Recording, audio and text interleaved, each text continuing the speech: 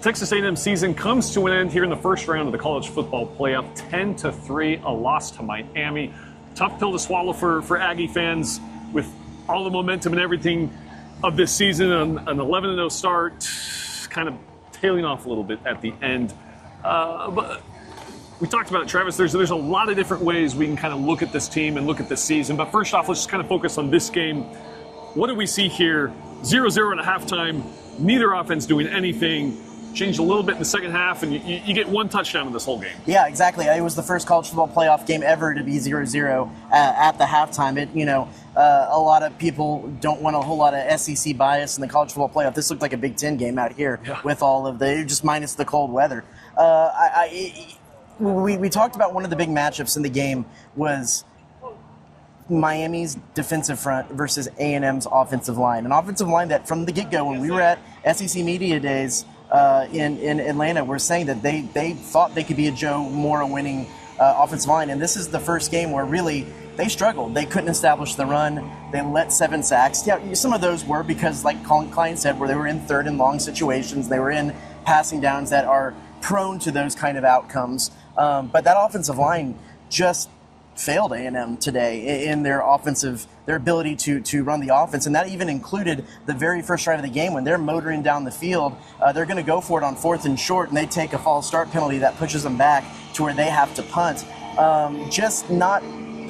It just looked like a different A&M offense, but it kind of looked like an A&M offense that was a continuation of what we saw in Austin. So, okay, was this a different A&M offense we saw, or was it an A&M offense that faced defenses and teams that just aren't as good as Texas and Miami? I think ultimately that's what it came down to, is the fact that don't get me wrong, this was a good A&M team. This was an A&M team that was more complete than most of the A&M teams that we've seen here, at least in the last 10 years that I've been here. But I think when it really comes down to it, by the way that this game looked, by the way that the game in Austin looked, I think this was a team that was bolstered by the fact that they played a whole bunch of teams that have already switched over head coaches this year. And I think that is the fact of the matter. But two things can be true at the same time. It can be true that this still was a really good A&M football team, and the fact that they got to where they were because it was an easier schedule than they had anticipated. Yeah, I mean, no matter how you slice it, it's still 11 wins. You still went 11-2. I don't think last year's version, if you put last year's team into this season, I don't think they win 11 games in a row. Mm-hmm. I just don't. I do think they took steps.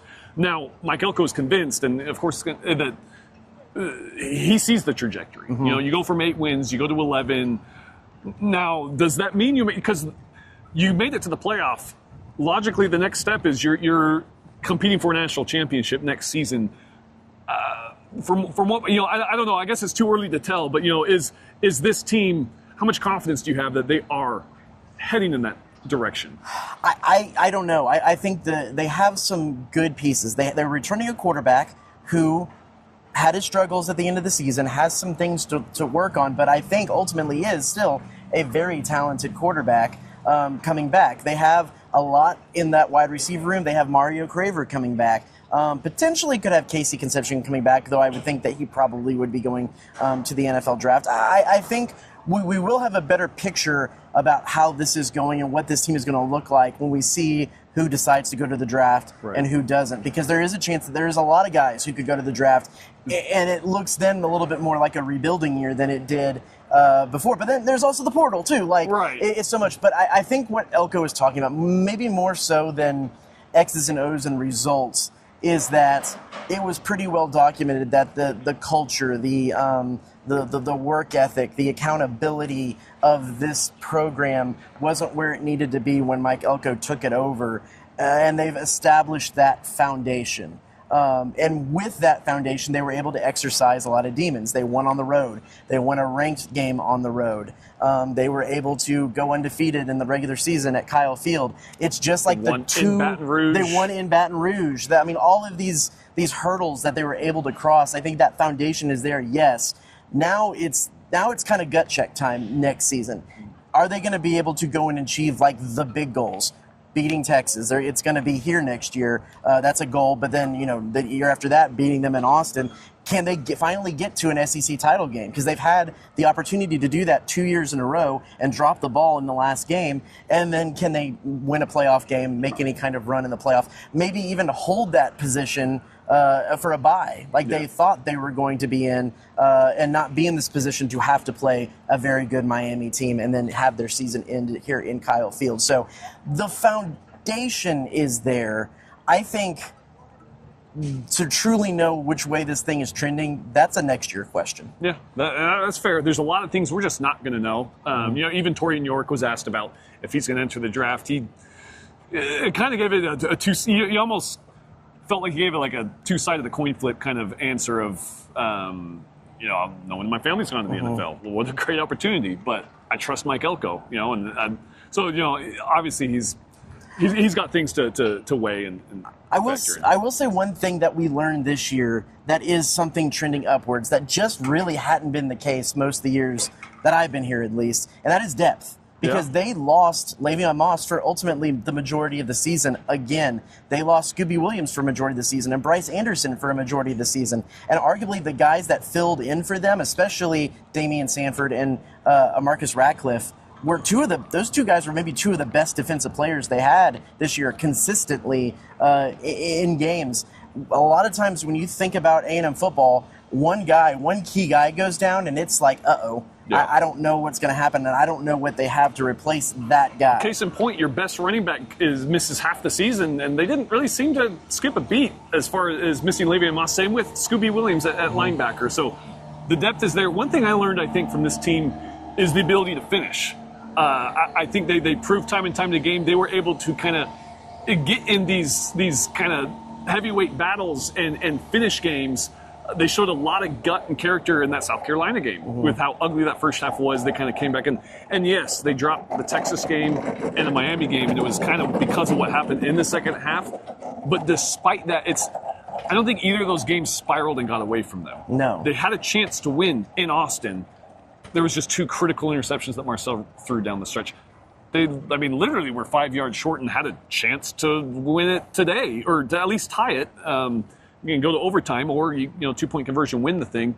But another Marcel Reed interception at the end. So nothing just kind of got away from them like they have in the past. Yeah. Like games last year, the Las Vegas Bowl, the game in South Carolina just spiraled out of control. Nothing ever spiraled out of control with this A&M team, I thought. How do you judge Marcel Reed this season? Because I think that's the next big question, right, considering that he is coming back and he's presumably going to be the starter. Things are going to be built very much around him. So, I would start by posing the question, can you win a national championship with Marcel Reed as your quarterback? I think you can, but there has to be that next step. I do think we saw growth from last year to this year. I don't think we saw as much as we thought we were going to see. Next year, you have to see that next step. The deep ball, the touch. Talking to some actually former A&M quarterbacks today, they said the angle isn't there. He doesn't put enough air on a lot of these balls because he's got some great wide receivers that can get to it. You almost want to underthrow them than overthrow them on a lot of these deep balls because guys like KC and Mario, they can go up and get it. So just the mechanics a little bit need to improve for Marcel Reed.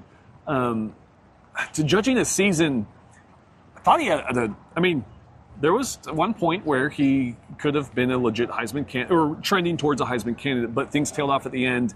It's one of those where he had a great season as a quarterback if you take out a lot of these critical interceptions he had. Because the interceptions he had, some of them seemed to be just in the most inopportune times.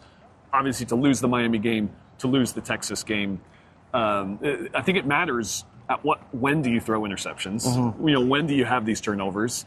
And as clutch as he's been this season, it was almost the complete opposite of the other times I saw. So I think what I said at the beginning of the season is that for this team, and I think at the beginning of the season we were thinking to make the college football playoff, and here we are. Yeah.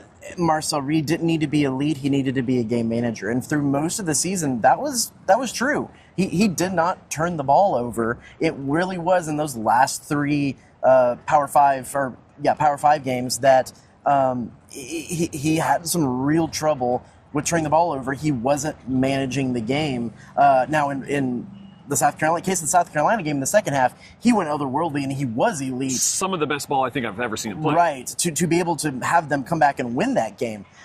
So I think the problem with next year, the reason why he didn't need to be elite this year is because of the amount of really good running backs that they had and the 2 wide receivers they had on the outside. They could pick up a lot of slack. They're going to lose Le'Veon Moss. They're probably going to lose Casey Concepcion. They're going to lose Amari Daniels and E.J. Smith in that running back room. They pick up Jamari Morrow. There's going to be some less experienced guys back there. He's probably going to have to carry a little bit more of the load next season. He's going to need to be a little bit more accurate. He's going to need to make the right reads and the right calls next year for them to maintain the same level of success and then to go beyond. So I think that last year might not have been the critical one for Marcel to grow and see that growth. This year is going to be the one because it's going to be even more on his shoulders and a less experienced offensive line as well. And that's huge. That's going to be huge because if you don't have an experienced offensive line and a really elite talent up front, you're going to have to make that up somewhere, and that's with the quarterback. But I think Mike Elko knows that, and Mike Elko wants this to be a Marcel Reed-led team. He wants him to be elite and for him to make the plays. He didn't like that he led the team in carries today. Marcel Reed is a very capable runner.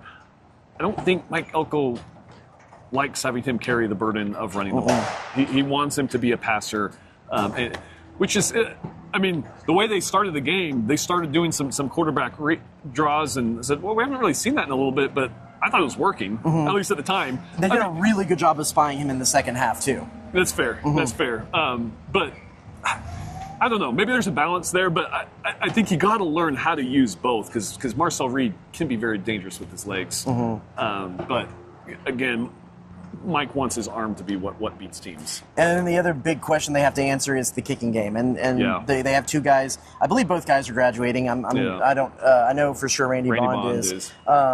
So they have a freshman kicker coming in. They're going to have to solve the kicking situation. I think this is going to be one of those cases they probably need to go to the portal and bring in a guy with some experience because as we've seen through all of these games so far, the kicking matters when you get you had the Lou Groza winner last night missing going 2 for 3.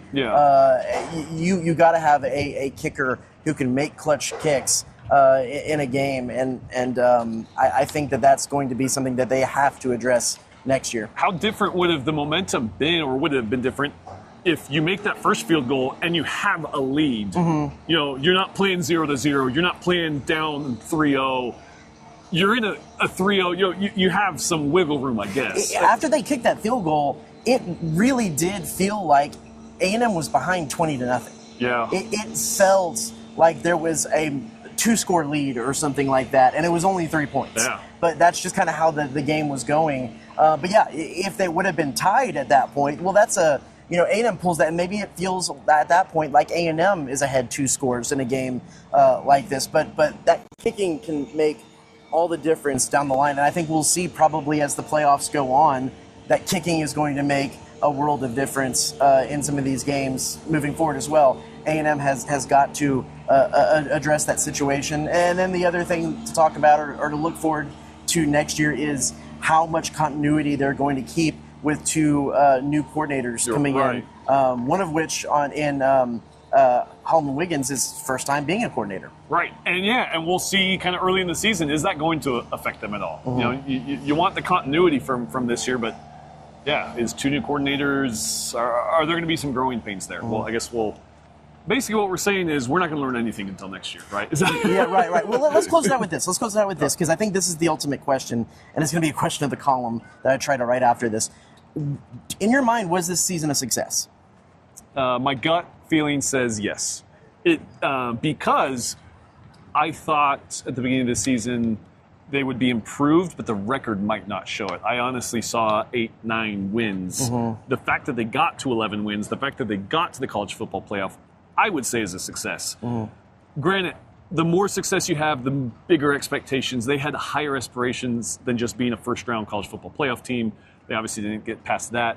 But if you take the season as a whole, I would call it a success. I mean, I'll admit that in my predictions at the beginning, I had them going 8-4, and I said they're 8-4 until they prove otherwise, and they absolutely proved otherwise this season. I think when we go back and really look at this season, you'll look and see they were 11-1 in the season because of the quality of competition that they played during conference play. And they probably would have taken some more losses had it been a little bit of a different situation. But I do think that you can't change the rules of the game halfway through. When you look at the beginning of the season to where this was, making the playoff was pretty much the goal. Right. I think the one asterisk in there is, I think we saw them, especially as the season developed, going to play for an SEC title as well, and that didn't happen. And that might be, maybe in a weird way, the bitter taste in the mouth. Not getting to the title game, or not SEC getting it, title not game. playing for the SEC title than this, which then ties into not beating Texas. I think that stretch right there might be the thing that was the least successful about this season, because you ultimately can say in year 2 of Mike Elko, they made the playoff. You can't scoff at that. No. So success, but man, they really need to get to one of those SEC title games sometime soon. Yeah, and to that point, I guess that little caveat is the way last year ended and that kind of bitter taste for Aggies.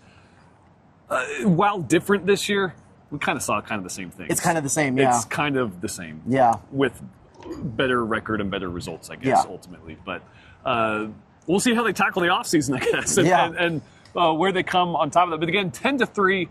Very low scoring game. I don't think anyone predicted a non-touchdown game out of Texas A&M. But here we are, made the college football playoff here at Kyle Field. Miami moving on to the Cotton Bowl to take on Ohio State in the next round, and we'll see where the team goes from here. But for now, reporting from Kyle Field for Travis Brown, I'm Tyler Shaw.